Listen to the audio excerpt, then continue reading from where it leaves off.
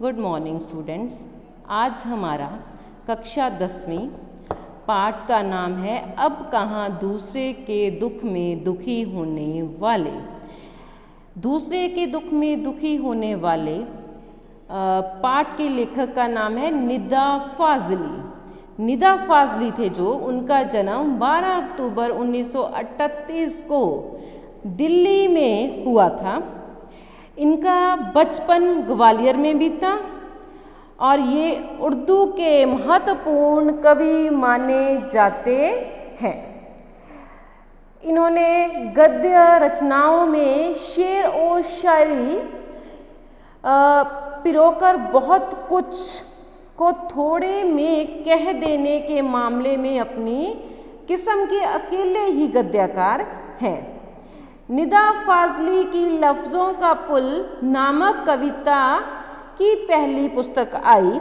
शायरी की किताब खोआ हुआ सा कुछ के लिए 1999 के साहित्यिक अकादमी पुरस्कार से सम्मानित निदा फाजली की आत्मकथा का पहला भाग दीवारों के बीच और दूसरा दीवारों के पार के रूप में प्रकाशित हो चुका है। इन दिनों फिल्म उद्योग से संबंध है।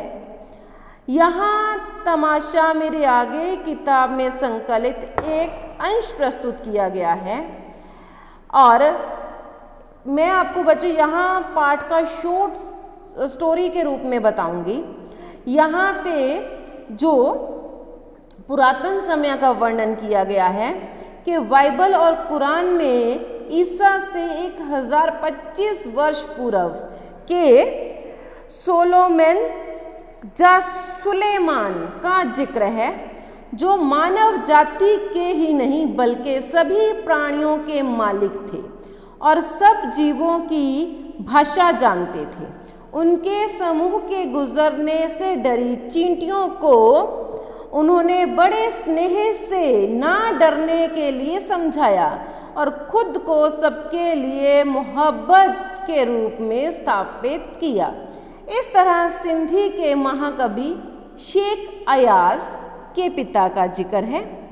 एक बार जब वे कुएं से स्नान करके घर आ रहे थे और वे खाना खाने बैठे ही थे और उन्होंने अपनी वायु पे एक च्योंटे को रेंगते हुए देखा, तो उन्होंने वहीं खाना छोड़ा और वे कुएं तक उसे छोड़ने गए। उनका मानना था कि वे थे जो उन्होंने एक घर वाले को बेघर कर दिया था। नेक्स्ट है, और यह है जो आज की स्थिति से बिल्कुल उल्टी है।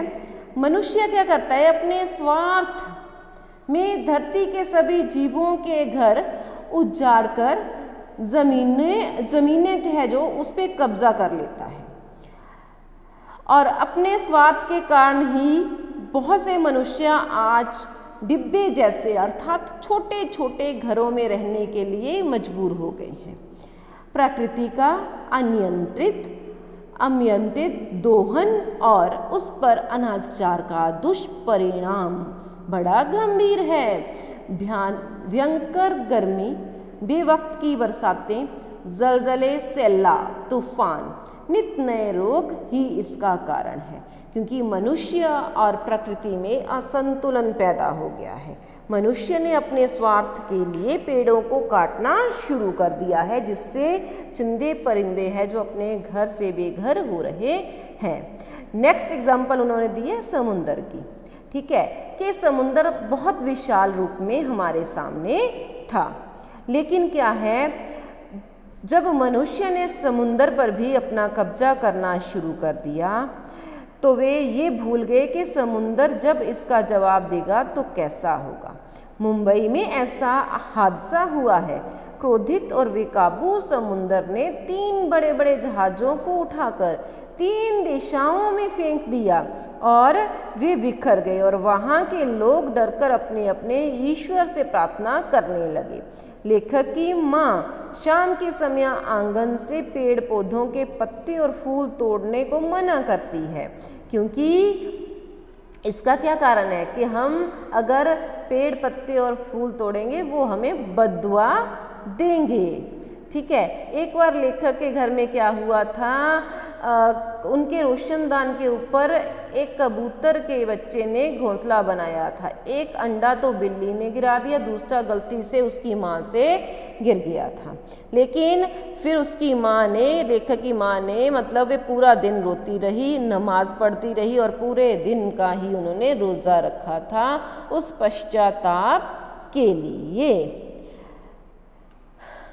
फिर नेक्स्ट है, लेखक के मुंबई के मकान में भी कबूतरों ने अपना घर बना लिया था, क्योंकि जो मुंबई से लेकर ग्वालियर तक की दूरी है वहाँ पे पहले जंगल ही जंगल होते थे, लेकिन धीरे धीरे मनुष्य का बसेरा बढ़ने लगा है और जंगल कट गए हैं और जो पक्षी वगैरह थे उनके घर छीन लिए गए हैं। और लेखक का घर भी मुंबई से ग्वालियर के बीच के रास्ते में था और उसके घर में क्या किया, कबूतरों ने डेरा डाल लिया था।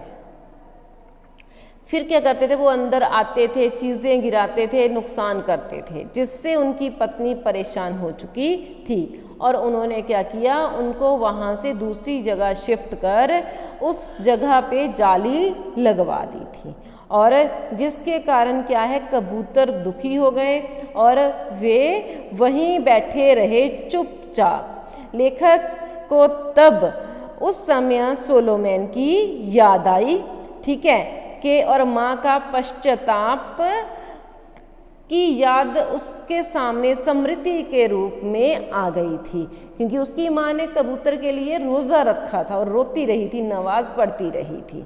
लेकिन सोलोमन क्या था, वो चींटियों की भाषा भी समझ जाता था। लेकिन आज आधुनिक मनुष्य के अंदर ना सोलोमन है और ना ही उसकी माँ जैसी कोई औरत स्त्री है, जो कि अंडा टूटने के कारण भी स्वयं रोती रही हो। धन्यवाद।